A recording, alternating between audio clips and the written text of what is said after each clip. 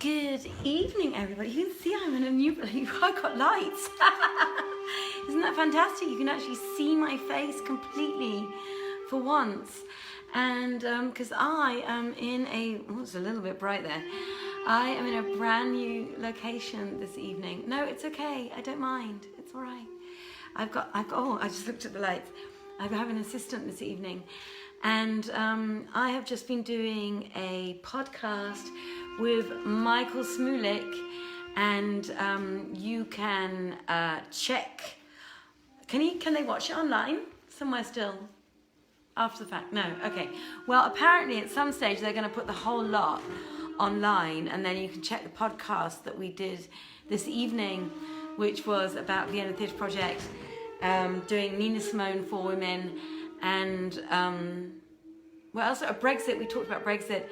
And then something which I can't mention, next time you'll have to make sure you watch our podcast, because the next time we do a podcast again, I am going to be talking exclusively about this. Hello, Saman. How lovely to see you this evening.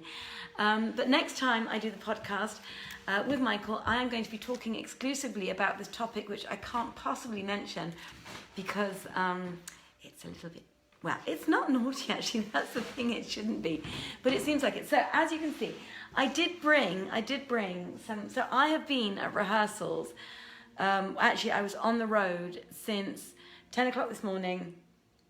I had to organise some stuff for rehearsals today, then I had to walk my dog, because unfortunately the dog of course absolutely needs exercise. Then I went into the theatre, organised a whole pile of stuff while they were doing a musical rehearsal downstairs, and occasionally went into the musical rehearsal. Thank you very much for the hearts.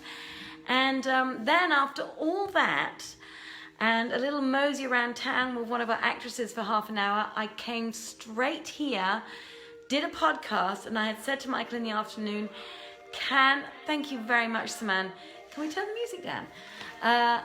I had said to Michael in the afternoon, can I do my 1001 Arabian Nights reading from your location? And he has this really snazzy office / artistic, creative, I don't know what else you would call it, with lights and cameras and everything. And maybe I can get him to pop his head around the corner in a minute and wave to everybody. Come on, Michael, come and wave to everybody. We were online together earlier on doing a podcast. There he is. Ah, so he's just made me look a lot better than I was before, because I was a bit bright earlier on. So, everybody, I did bring some props with me. I have with me my Aladdin's lamp and one of my favourite cozy cushions from my little fireplace, to make the atmosphere correct. And I'm going to rub this. Actually, Michael, can you come here, please? I'm going to get Michael to come here and rub it, because Michael's never rubbed the lamp before. Saman's rubbed the lamp. I don't know whether that wish came true. I've rubbed the lamp. It didn't work. Michael, can you rub the lamp and make a wish, please? But be careful, because what you wish for, because those jinns are very, very dangerous, actually. Actually, generally, do you remember in the stories, generally when men rub the lamps of the genies, they tend to get their bits cut off.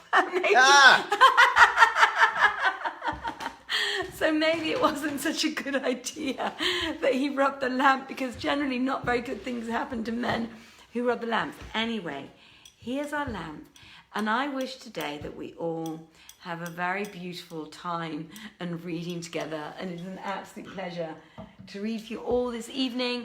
For those of you who are already online and joining us, as I said, it's an absolute pleasure. If you join us at a later time, I hope your day has been wonderful so far.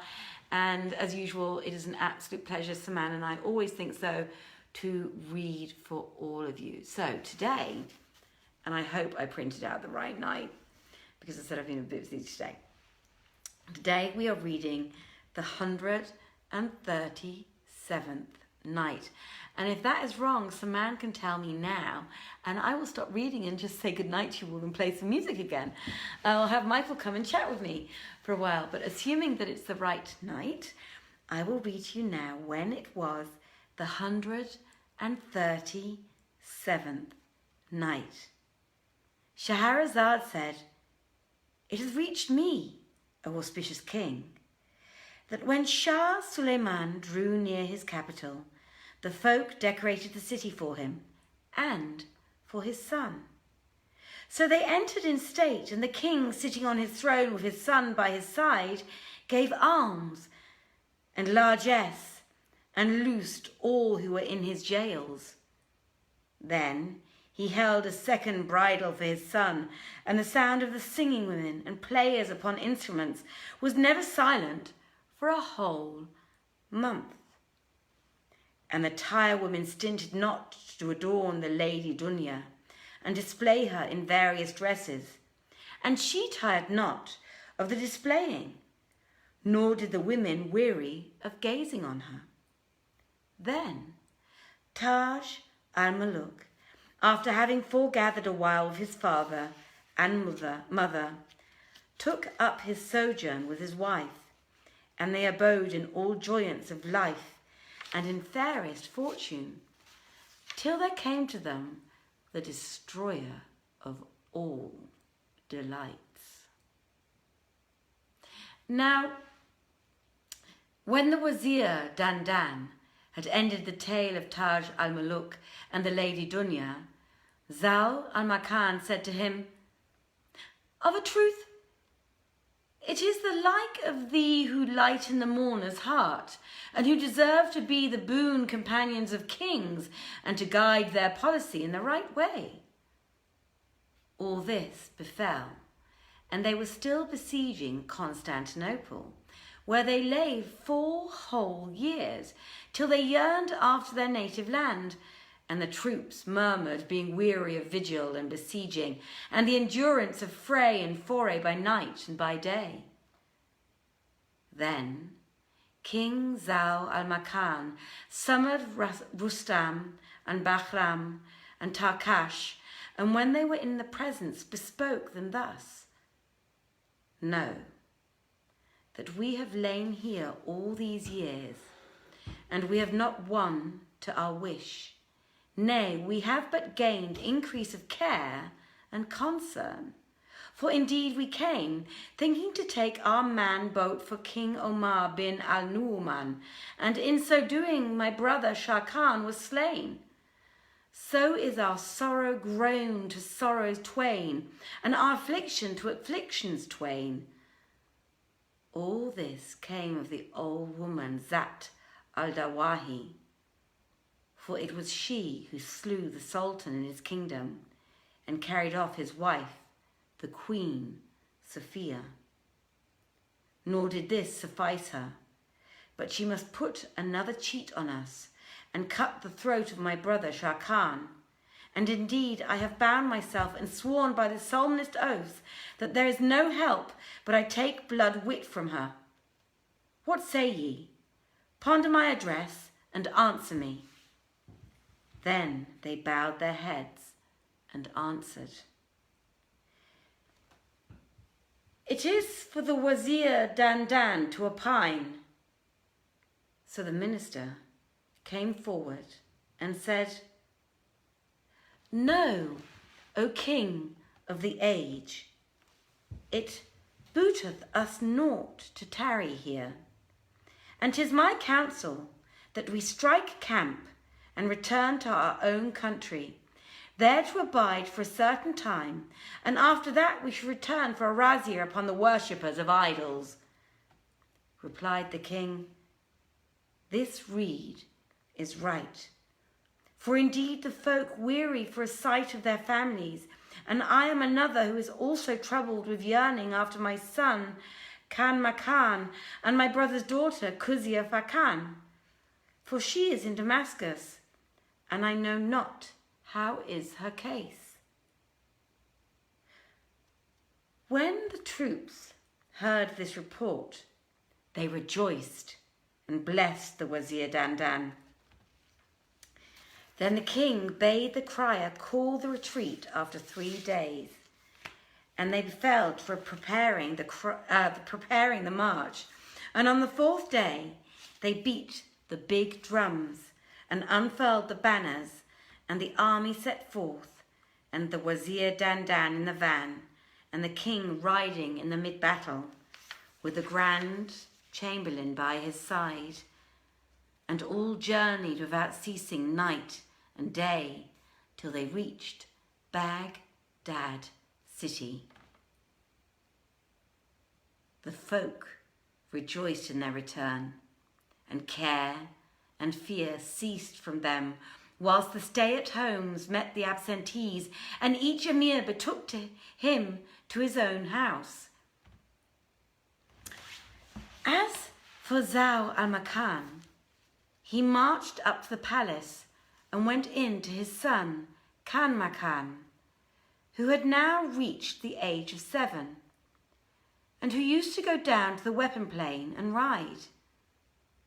As soon as the king was rested of his journey, he entered the hammam with his son, and returning, seated himself on his sofa of state, whilst the Wazir Dandan took up his station before him, and the emirs and lords of the realm presented themselves and stood in attendance upon him. Then Zau al-Makan called for his comrade, the fireman, who had befriended him in his wanderling days, and when he came into his presence, the king rose to do him honour and seated him by his side. Now, he had acquainted the Wazir with all the kindness and good turns which the stoker had done him, and he found that the wight had waxed fat and burly with rest and good fare, so that his neck was like an elephant's throat, and his face like a dolphin's belly. Moreover, he was grown dull of wit, for that he had never stirred from his place. So at first he knew not the king by his aspect. But Zau al-Makan came up to him smiling in his face, and greeted him after the friendliest fashion, saying, "How soon hast thou forgotten me?" With this, the fireman roused himself, and looking steadfastly at Zau al-Makan, made sure that he knew him, whereupon he sprang hastily to his feet and exclaimed, "O my friend, who have made thee sultan!" Then Zau al-Makan laughed at him, and the Wazir, coming up to him, expounded the whole story to him and said, "In good sooth, he was thy brother and thy friend, and now he is king of the land, and needs must thou get great good of him. So I charge thee, if he say, 'Ask a boon of me,' ask not but for one some great thing, for thou art very dear to him." Quoth the fireman, "I fear lest if I ask of him aught, he may not choose to give it, or may not be able to grant it." Quoth the Wazir, "Have no care, whatsoever thou asketh, he will give thee." Rejoined the stoker, "By Allah, I must at once ask of him a thing that is in my thought. Every night I dream of it, and implore Almighty Allah to vouchsafe it to me." Said the Wazir, "Take heart. By Allah, if thou ask of him the government of Damascus in place of his brother, he would surely give it to thee and make thee governor." With this, the stoker rose to his feet, and Zau al-Makan signed to him to sit. But he refused, saying, "Allah forfend, the days are gone by of my sitting in thy presence." Answered the Sultan, "Not so. They endure even now. Thou wast in very deed the cause that I am present alive, and by Allah, whatever thing most desire thou requirest of me, I will give that same thing to thee. But ask thou first of Allah, and then of me." He said, "O my lord, I fear." "Fear not," quoth the Sultan. He continued, "I fear to ask aught, and that thou shouldst refuse it to me, and it is only—" At this, the king laughed and replied, "If thou require of me the half of my kingdom, I would share it with thee. So ask what thou wilt, and leave talking. Repeated the fireman, I fear. Don't fear, quoth the king. He went on, I fear lest I ask a thing, and thou not be able to grant it. Upon this, the Sultan waxed wroth and cried, Ask what thou wilt. Then said he, I ask first of Allah, and then of thee, that thou write me a patent of syndicate over all the firemen of the baths in the holy city, Jerusalem. The Sultan and all present laughed, and Zau al-Makan said, Ask something more than this. He replied, O my lord, said I not I feared that thou wouldst not choose to give me what I should ask, or that thou be not able to grant it? Therewith the wazir signed him with his foot once and twice and thrice. And every time he began, I ask of thee, quoth the Sultan, Oh, ask and be speedy. So he said, I ask thee to make me chief of the scavengers in the holy city of Jerusalem, or in Damascus town. Then all those who were present fell on their backs with laughter, and the wazir beat him, whereupon he turned to the minister and said to him, What? Art thou that thou shouldst beat me? 'Tis no fault of mine. Didst thou not thyself bid me ask some important thing? And he added, Let me go to my own land. With this, the Sultan knew that he was jesting, and took patience with him a while, then turned to him and said, O my brother, ask of me some important thing befitting our dignity. So the stoker said, O king of the age, I ask first of Allah, and then of thee, that thou make me viceroy of Damascus in the place of thy brother. And the king replied, Allah grant thee this. Thereupon the fireman kissed ground before him, and he bade him set him a chair in his rank, and vested with him a viceroy's habit. Then he wrote him a patent, and sealed it with his own seal, and said to the wazir Dandan, None shall go with him but thou, and when thou makest the journey, do thou bring with thy brother daughters, Kazia, Fakam. Hearkening and obedience, answered the minister, and taking the fireman went down with him and made ready for the march. Then the king appointed for the stoker servants and a suite, and gave him a new litter and a princely equipage, and said to the emirs, Whoso loveth me, let him honour this man, and offer him a handsome present. So each and every of the emirs brought him his gift according to his competence, and the king named him Zibul Khan, and conferred on him the honourable surname of Al-Mujahid. As soon as the gear was ready, he went up with the wazir Dandan to the king, that he might take leave of him and ask his permission to depart. The king rose to him and embraced him, and charged him to do justice between his subjects, and bade him make ready for fight against the infidels after 2 years. They took leave of each other, and the king, the fighter for the faith, hight Zibil Khan, having been again exhorted by Zau al-Makan to deal fairly with his subjects, set out on his journey after the emirs had brought him Mamelukes and eunuchs, even to 5,000 in number, who rode after him. The Grand Chamberlain also took horse, as did Bahram, captain of the Daylamites, and Rustam, captain of the Persians, and Tarkash, captain of the Arabs, who attended to do him service, and they ceased not riding with him for 3 days' journey by way of honour. Then, taking their leave of him, they returned to Baghdad, and the Sultan Zibil Khan and the Wazir Dandan fared on with their suite and troops till they drew near Damascus.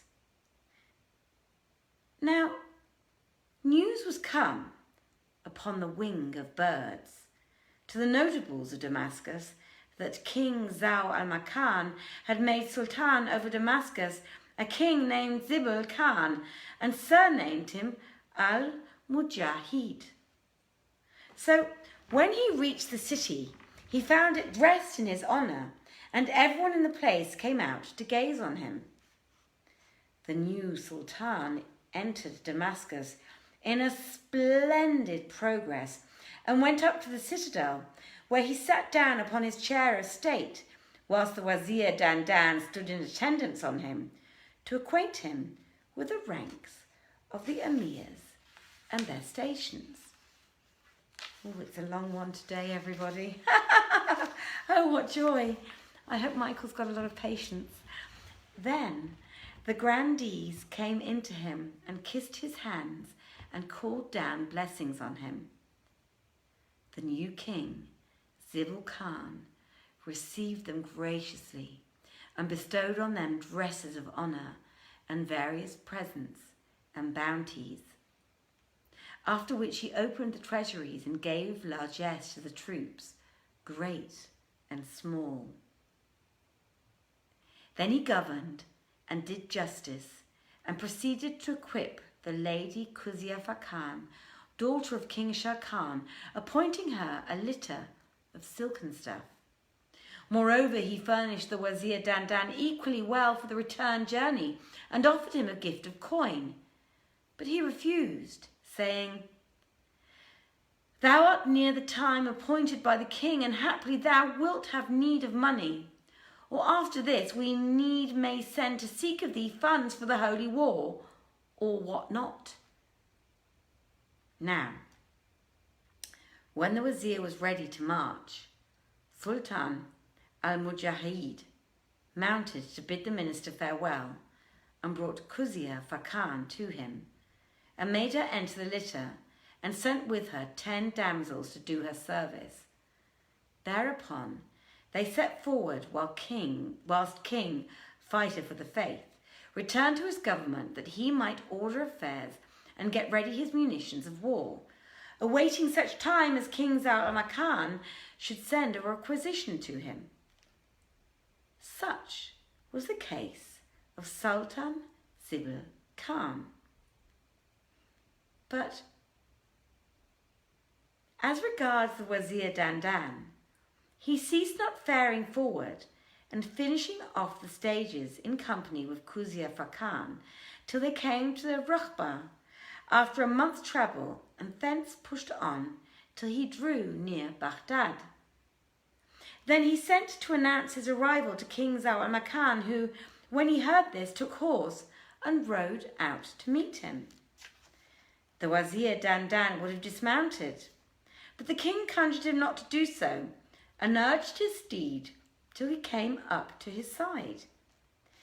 Then he questioned him on Zibil Khan Hayt al-Mujahid, whereto the Wazir replied that he was well, and that he had brought with him Kuzia Khan, the daughter of his brother. At this the king rejoiced, and said to Dandan, "Down with thee, and rest thee from the fatigue of the journey for 3 days, after which come to me again."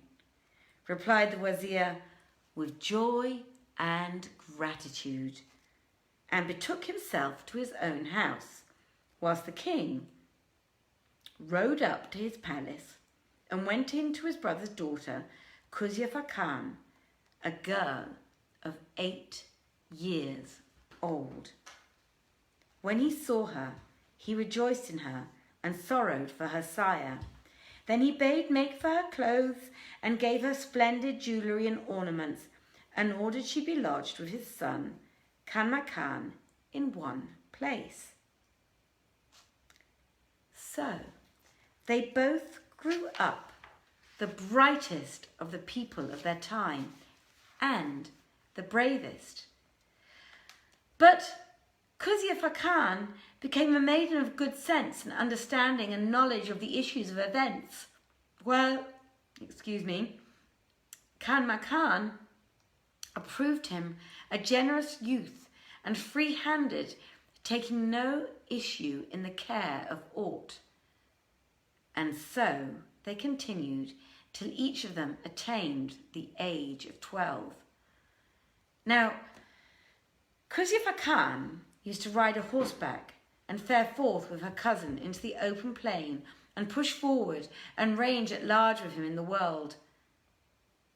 And they both learnt to smite with swords and spike with spears. But when they had reached the age of 12, King Zau-al-Makan, having completed his preparations and provisions and munitions for holy war, summoned the Wazir Dandan and said to him, "Know that I have set mind on a thing which I will discover to thee, and I want thine opinion thereon. So do thou with speed return me a reply." Asked the Wazir, What is that, O King of the age? And the other answered, "I am resolved to make my son Kanmakan Sultan, and rejoice in him in my lifetime, and do battle before him till death overtake me. What reckest thou of this?" The Wazir kissed the ground before the king and replied, "Know, O King and Sultan mine, Lord of the age and the time, that which is in thy mind is indeed good, save that it is now no tide to carry it out, for two reasons. The first, that thy son, Kanmakan, is yet of tender years, and the second, that it often befalleth him, who maketh his son king in his lifetime, to live but a little while thereafterward. And that is my reply." Rejoined the king, "Know, O Wazir, that we will make the Grand Chamberlain guardian over him, for he is now one of the family, and he married my sister, so that he is to me as a brother." Quoth the Wazir, "Do what seemeth good to thee. We have only to obey thine orders." Then the king sent for the Grand Chamberlain, who they brought into the presence together with the lords of the realm, and he said to them, "Ye know that this is my son Kanmakan, is the first cavalier of the age, and that he have no peer in striking with a sword and lunging with a lance. And now I appoint him to be sultan over you, and I make the Grand Chamberlain, his uncle, guardian over him." Replied the Chamberlain, "I am but a tree which thy bounty hath planted." And Zau-al-Makan said, "O Chamberlain, verily this my son Kanmakan and my niece Kuzia Fakan are brothers' children. So I hereby marry her to him, and I call thou present to witness thereof."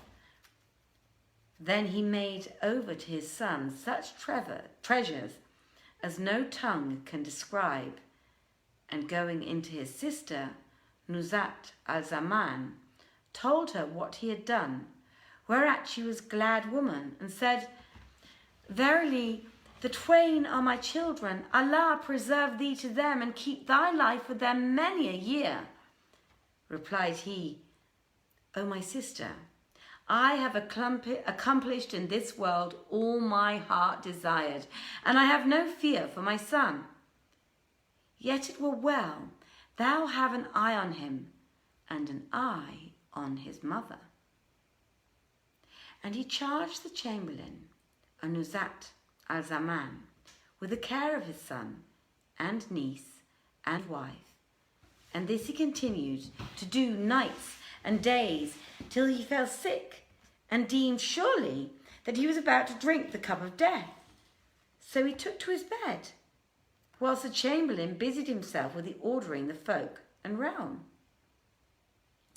At the end of the year, the king summoned his son Kanmakan and the wazir Dandan and said, "O my son, after my death, this wazir is thy sire. For know that I am about to leave this house of life transitory for the house of eternity. And indeed I have fulfilled my will of this world. Yet there remaineth in my heart one regret, which may Allah dispel through and by thy hands." Asked his son, "What regret is that, O my father?" Answered Zau al-Makan, "O my son, the sole regret of me is that I die without having avenged thy grandfather, Omar bin al-Nu'man, and thine uncle Shah Khan, on an old woman whom they call Zat al-Dawahi. But if Allah grant thee age, sleep not till thou take thy wreak on her, and so wipe out the shame we have suffered at the infidels' hands, and beware of the old hag's wile, and do what the wazir Dandan shall advise thee, because he from old time hath been the pillar of our realm." And his son assented to what he said. Then the king's eyes ran over with tears, and his sickness redoubled on him. Whereupon his brother-in-law, the chamberlain, took charge over the country, and being a capable man, he judged and bade and forbade for the whole of that year, while Zau al-Makan was occupied with malady, and his sickness was sore upon him for 4 years, during which the chief chamberlain sat in his stead and gave full satisfaction to the commons and to the nobles, and all the country blessed his rule. Such was the case of Zau al-Makan and the chamberlain. But as regards the king's son, he busied himself only with the riding and lunging, and with lance and shooting with shaft, and thus also did the daughter of his uncle, Kuzia Fakan. For he and she were wont to fare forth at the first of the day and return at nightfall, when she would go in to her mother, and he would go in to his mother, whom he ever found sitting in tears by the head of his father's couch. Then he would tend his father all night long till daybreak, when he would go forth again with his cousin according to their wont. Now, Zau al-Makan's pains were sufferings were longsome upon him, and he wept. And he began versifying with these couplets. Gone is my strength, told is my tale of days, and look ye, I am left as thou dost see. In honour's day most honours want to be, and win the race from all my company. Would heaven before my death I might behold my son in seat of empire sit for me, and rush upon his foes to take his weak, with sway of sword and lance lunged gallantly. In this world and the next I am undone, except the Lord vouchsafe me clemency. When he had ended repeating these verses, he laid his head on his pillow and closed his eyes and slept. Then saw he in his sleep one who said to him, Rejoice, for thy son shall fill the lands with justice sway, and he shall rule them, and him shall rule the lieges obey. Then he awoke from his dream, gladdened by the good tidings he had seen, and after a few days death smote him.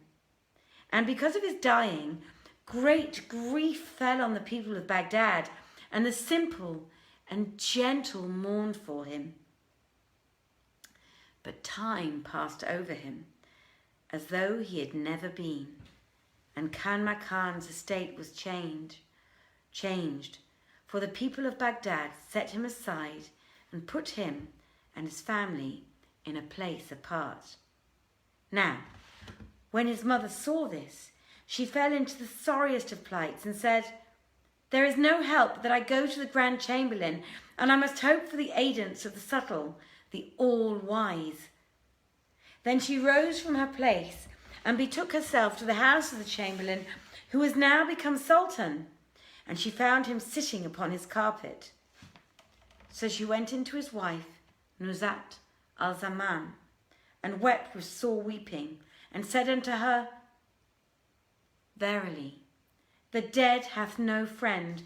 May Allah never bring you want as long as your age and the years endure, and may you cease not to rule justly over rich and poor.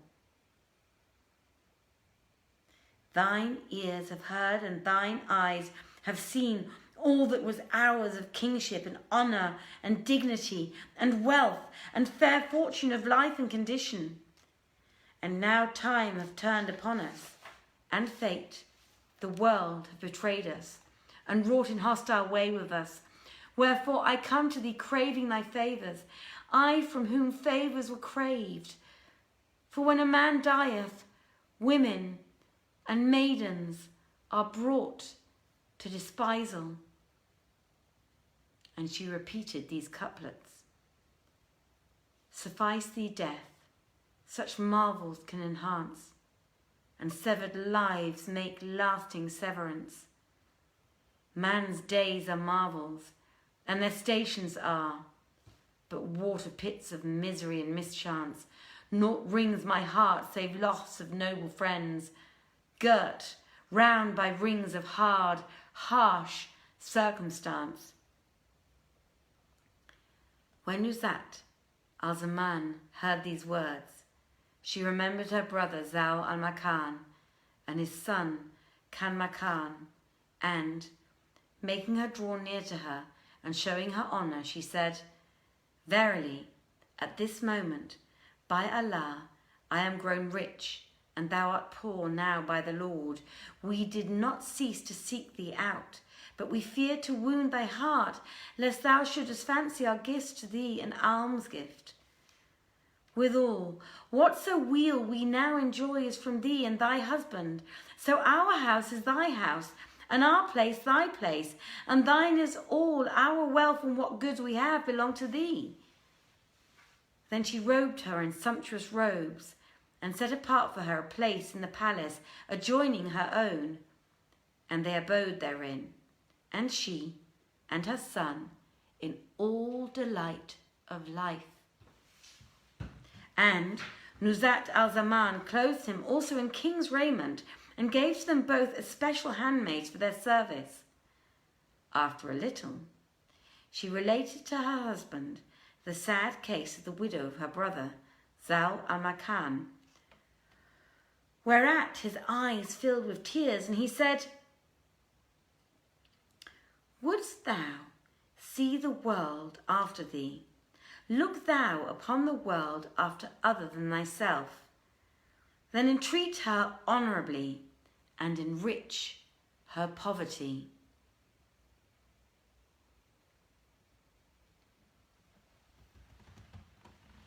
And Shahrazad perceived the dawn of day, and ceased to say her permitted to say, and everybody, I wish you, as usual, many blessings.